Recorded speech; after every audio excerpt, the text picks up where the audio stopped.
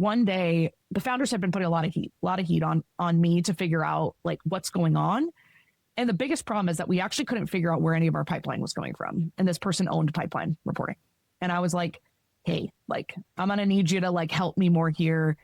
Couldn't quite get to the right answers. I think this person was just in the wrong job, like was hired for the wrong thing, like, and unfortunately was super expensive. So like, I couldn't really just like move him into an IC role because like it just didn't really work. And I was like, damn, this like kind of sucks. So like, I think I don't really know how to make him successful here, which is exactly how I felt in jobs before, where I'm like, I actually don't think where he's slotted in. Also, the founders had very different, like the way their brains worked was just so different than the way his did. And he really struggled to manage up.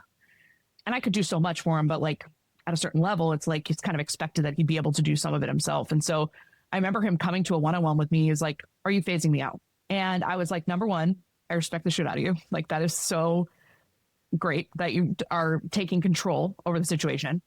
Number two, I am struggling to see how you will ever feel good here. That's what I'm trying to figure out. Like, is there a place where I can help you feel really successful at your job here? And I'm actually not sure that that is true.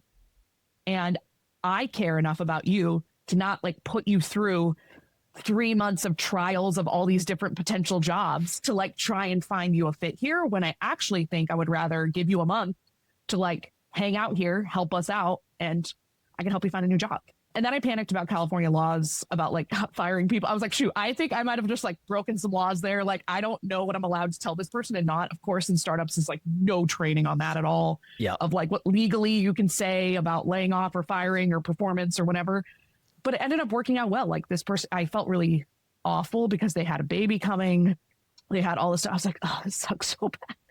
But being open and honest with them, like they got a great job after, everything worked out okay. Like, I don't know how they feel about the situation, but it seemed like, you know, we went on a walk before we left and they like gave me all the information I needed to be successful. And like, they were like, hey, like, good luck. You know, like I tried, couldn't quite do it.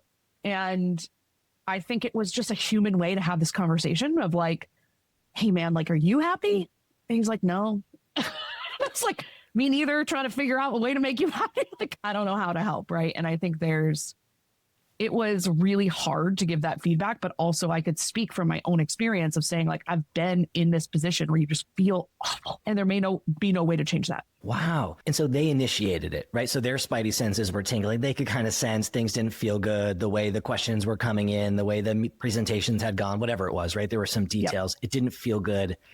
And they had the courage to just hit it head on. Awesome. I was like, you know what? Let's talk about it. And how would this feel good for you? Like, what would be your ideal situation if you can't be successful here? Like, what? And he's like, can you just give me some time? And I was like, yeah, but this means I'm trusting you to not do anything shady and weird. But like, yeah.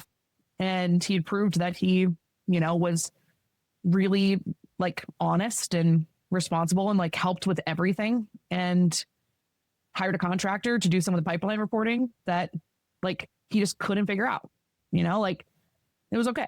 It was hard, but one of those moments where I'm like, okay, you can make an impact on people's lives and careers if you just treat people like human beings. Yeah. Well, so what's interesting is I feel like most of the time when I chat with folks who've kind of had a situation or a tough conversation like this, it's usually manager initiated. And usually by the time you've had it, you've like thought through what you want to say and maybe even role played it or like ran it by HR first. You didn't really have that, right? They brought it up. Nope. So how did you, because here's like what I'm thinking about in my head is if I'm in your shoes, I'm so fucking awkward. I'm going to be like, let me like talk to like whoever my boss is and like, let's like circle. You didn't do that, right? So had you already thought through this? Like, did you already know where you stood and how you felt? Like, how did you have the confidence, you know, to say what you said and not hedge or do the thing that I probably would have done? Yeah, it's probably a little bit like if you, not to relate it back to dating again, which I haven't done in like 15 years, so I don't know why this is like helpful for me. But when you know you should break up with someone and they finally come to you and they're like, are we breaking up? And you're like, yeah, we are. I was like 90% of the way there, but I also was worried about the impact on him. And I was worried about like, I didn't quite have a solution for what to do next yet, but that's not his problem, right? Like his problem is not what I'm going to do when he's gone. His problem is what's going on with my job. So when he confronted me, I had to listen to my gut to say, Shan, you know what you're going to do.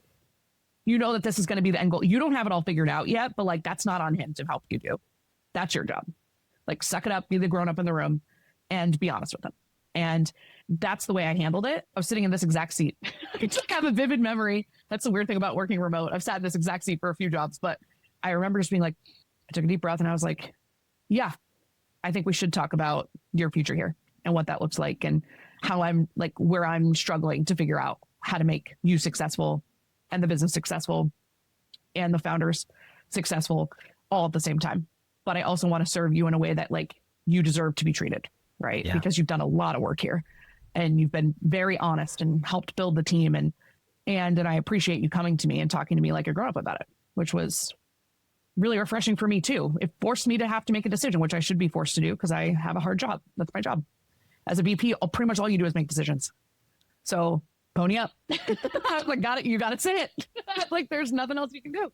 Right. And it worked out. It didn't have to. It could have been terrible. He could have been like, you wrongfully put me in a position where I could never be successful. It could have gone a million bad ways, but luckily it didn't.